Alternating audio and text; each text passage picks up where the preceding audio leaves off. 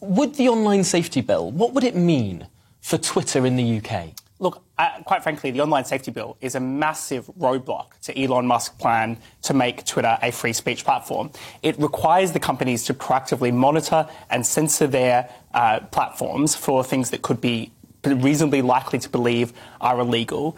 That includes things like hate speech. There are also additional duties around this quite terrible notion of legal but harmful speech, including disinformation. Now, we don't know exactly what that's going to include, but we've heard a Labor Shadow Secretary say it should include climate denial. We've obviously had a lot of discussion about COVID relating to these concepts. And it's all about the entire purpose of this bill is to put pressure onto companies to be less open and free. So despite this purchasing of Twitter, this sort of free speech move made by Elon Musk, what you're saying is actually Twitter might move in the opposite direction in the UK. Content that is currently allowed on that platform, the government, the British government, might force that off despite the free speech direction of the platform. I think that's absolutely right, because it creates these duties. Let's go into an example here. Let's get really into the weeds. One of the things this bill does is it creates a new offence, what it calls a harmful communications offence. And that makes it unlawful for anyone to send a message that causes serious distress to a likely audience without a reasonable excuse. I think we have a screenshot of the part of the legislation, for those listening,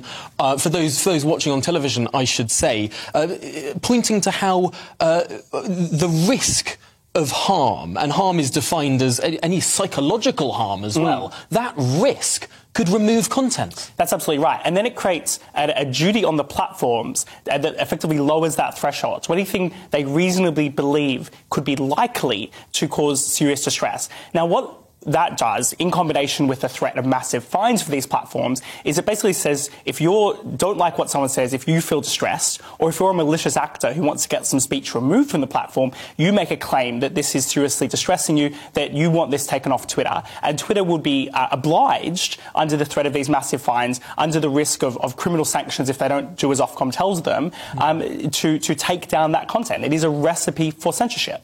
And I believe we just have one more screenshot of this bill as well to show those watching on television, which talks about what people may reasonably consider to be illegal. Now, that seems to be very subjective and not really a legal test, but one on companies themselves. Yeah, look, let's take the example of the hate crime offences. At the moment, in order to prosecute, the Attorney General has to approve it. You then go to a criminal trial, and there's proper free speech protections. Now, what this does is it gets rid of the beyond reasonable doubt standard and just says if the companies believe it could be illegal, they reasonably have a suspect it could be illegal, to remove it. Now, that creates an impetus to remove speech rather than host speech, and that's the opposite of what Elon Musk is wanting to do with Twitter. That's really interesting, that impetus to remove speech. I want to run through some examples now as to tweets that I've found, things that have been on Twitter, that are currently sitting on Twitter, that are fine in the eyes of Twitter.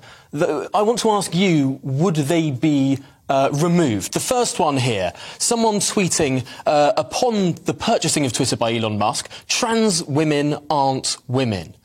Would that be allowed on Twitter? Well, I think if you're a trans person, you might have a claim to make to Twitter to say, I find this deeply psychologically offensive. It's questioning who I am. There's no reasonable excuse for that. You can make a claim. And then it would be the impetus on Twitter to remove that content or, as I said, face these massive fines. Now, here's another example. It's something that was written by the Prime Minister.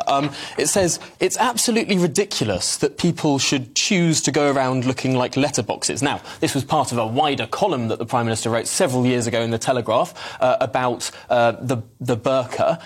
Do you think that Twitter would feel compelled to remove that? Well, ironically, of course, there's this claim that it's going to protect news content. So whilst you might be able to post that Telegraph article, if you tweeted that same thing personally, the duties would come on, and you as an individual, just as a regular Joe Blog, could almost certainly face a claim from someone who wears a burqa, that's extremely offensive, that's not necessarily part of debate, and there's no reasonable excuse. And then, again, the impetus would be on Twitter to remove that kind of speech. And in fact, we've already seen Facebook, when Big Brother watched the test, they put up precisely that tweet from a random account and Facebook removed it. But we're going to see a lot more of those kind of removals under the online safety bill. That's remarkable. Now, the person pushing through this legislation through Parliament, Culture Secretary Nadine Dorries, has got a long history on Twitter. Here's something she tweeted back in 2013. Be seen within a mile of my daughter and I will nail your balls to the floor. Now, that's using your front teeth, I should add. I mean, would that be allowed on Twitter or otherwise? Well, look, I think it's a great irony that Nadine Dorries, someone who uses robust language and claims to support free speech, is putting forward this kind of legislation. Now, I think that would be a reasonable case to remove under any circumstances. It's probably a threat of violence. But I think it's exactly this point here, which is, the impetus will always be on Twitter to remove content, no matter what happens under this bill. So just finally, here's an example I found this week of someone saying, I think I've got Will Smith syndrome. I'm watching Tom Harwood on GB News and have an overwhelming desire to punch his face in.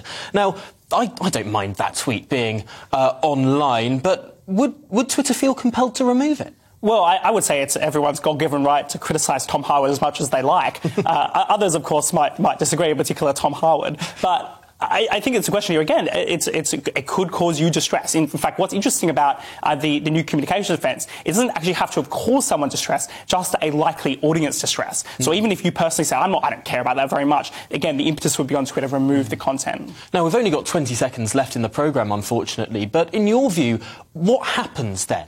If the British government is saying this stuff should be presumed to be removed from Twitter, and Elon Musk is saying Twitter should be for free speech, who wins and what happens? Look, ultimately what I worry about is that you could end up in a circumstance where a platform like Twitter or potentially some smaller platforms decide it's just not worth doing business in the UK, that they don't want to face regulatory risk, they don't want to be fined. We saw this under GDPR, where there were over 1,000 news websites that blocked European users because they didn't want to have to comply with GDPR restrictions. We've got this new piece of legislation that could result in much less access to content online by British users. I don't know what would specifically happen in a standoff with Elon Musk. It would depend how aggressively he wants to fight and how the decisions Ofcom makes. But it really does worry me that the UK could be really reducing access to information, reducing free speech online.